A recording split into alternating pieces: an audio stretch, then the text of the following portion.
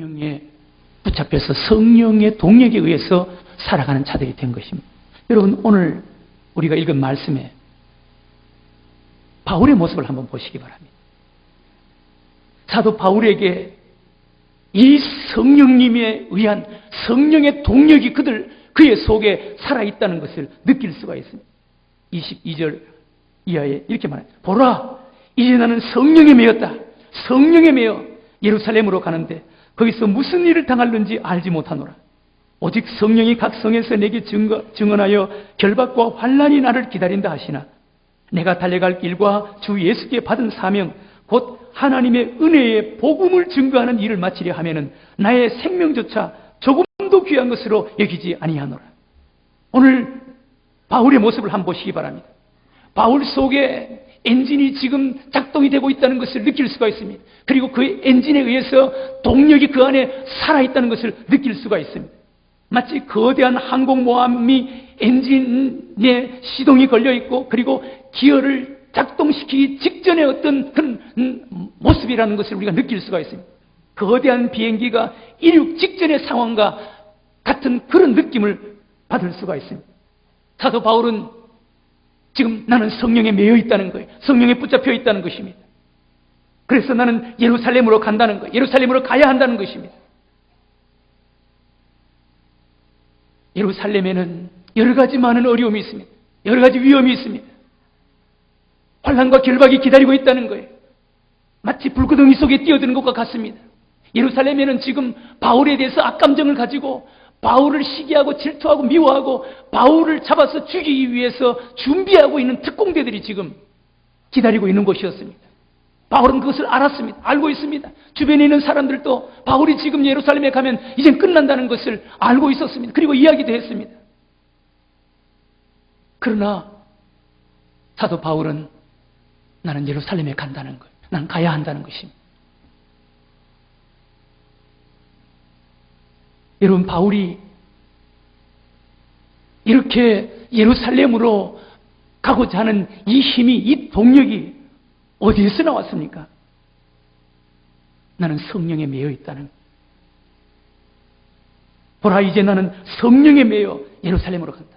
성령에 매여 있다는 거예요. 사도 바울은 지금 성령의 지배를 받고 성령에 붙잡혀 있다는 거예요. 성령이 바울 마음속에, 바울의 심령 속에 동력으로 작동하고 있다는 것입니다. 여기 성령의 매여라는 것은 성령과 우리와의 관계를 지금 이야기해 주고 있습니다. 요한복음 16장에 보면은 보혜사 성령이 너에게 오면 너희 안에서 영원히 너희와 함께 할 것이다. 여러분, 성령님이 우리 안에 오시면, 우리에게 오시면 우리 안에서 영원히 우리와 함께 한다는 거예요. 성령과 우리와의 신비한 관계입니다. 마치 예수님께서 나와 아버지는 하나이다. 그리고 포도나무와 가지의 관계를 이야기하면서 너희가 내 안에 내가 너희 안에 있으면 마치 포도나무 가지가 포도나무에 붙어있는 것처럼 많은 열매를 맺는다.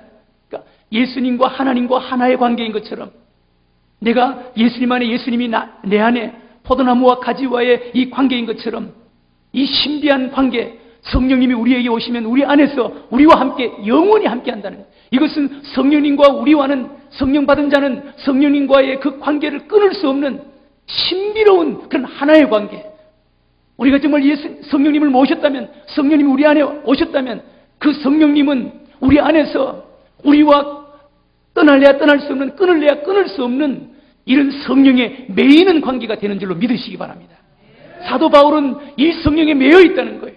성령님과 분리할 수 없는 성령에 붙잡혀 있다는 거예요. 그래서 나는 이 성령의 지배를 받아서 성령의 이 감동을 나는 어떻게 할 수가 없다는 거예요.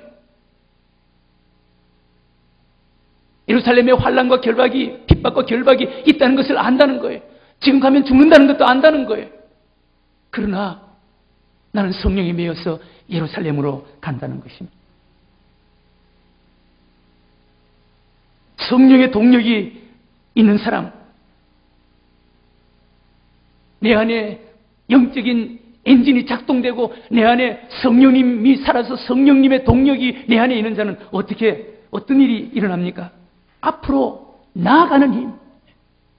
타이타닉호가 그 거대한 배가 엔진이 작동되고 그리고 그 안에 동력이 발생할 때, 동력이 지배할 때 그 거대한 데가 앞으로 나아가게 했던 것처럼 우리 안에 성령님이 계시면, 성령님에 매여 있으면, 성령님이 우리 안에 작동하면 우리는 앞으로 나아가는 자가 된다는 것입니다. 그렇습니다. 우리는 앞으로 나아가는 자가 돼. 창세기 12장 1절에 아브라함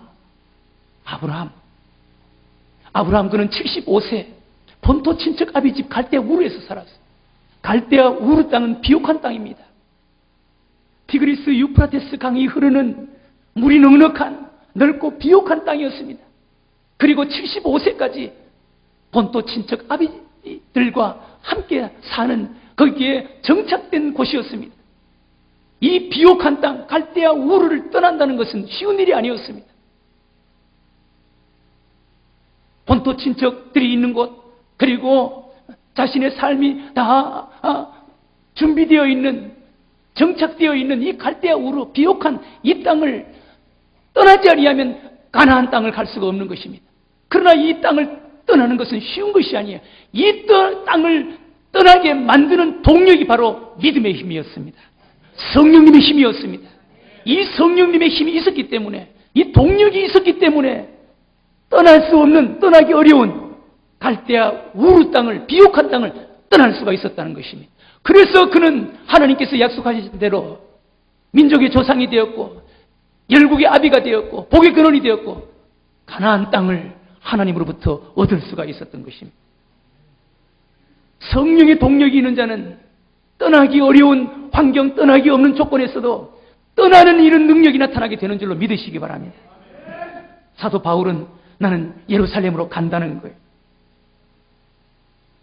그 예루살렘은 지금 바울을 환영하는 곳이 아니에요.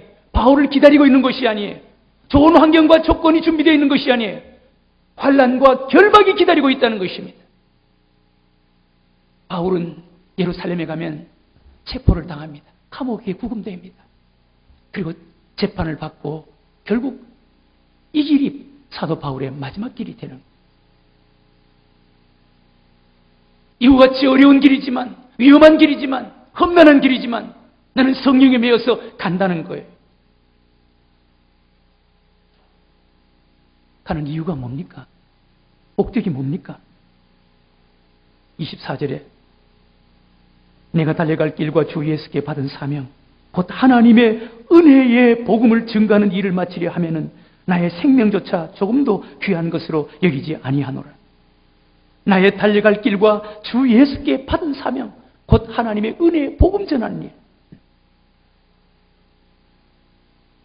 성령을 모시고 있는 자, 내 안에 믿음이 작동되어서 성령의 동력을 가지고 있는 자는 인생의 어떤 출세와 성공을 위해서 사는 자가 아니라 사명 위해서 사는 자가 되는 줄로 믿으시기 바랍니다. 성령에 붙잡히면 거룩한 목표를 향해서 가는 자가 됩니다. 사명을 향해서 가는 자가 되는 거예요. 사랑하는 교회 여러분, 인생의 참된 만족은, 인생의 참된 행복은, 참된 축복은 세상의 어떤 것을 성취하고 이루기 위해서, 성공하기 위해서 그것을 성취하고 이루는 것이 아니라 사명 위해서 사는 자인 줄로 믿으시기 바랍니다. 사명 감당하는 데 있어요. 베스다 광야에서 예수님의 오병이어의 기적의 현장을 한번 보세요.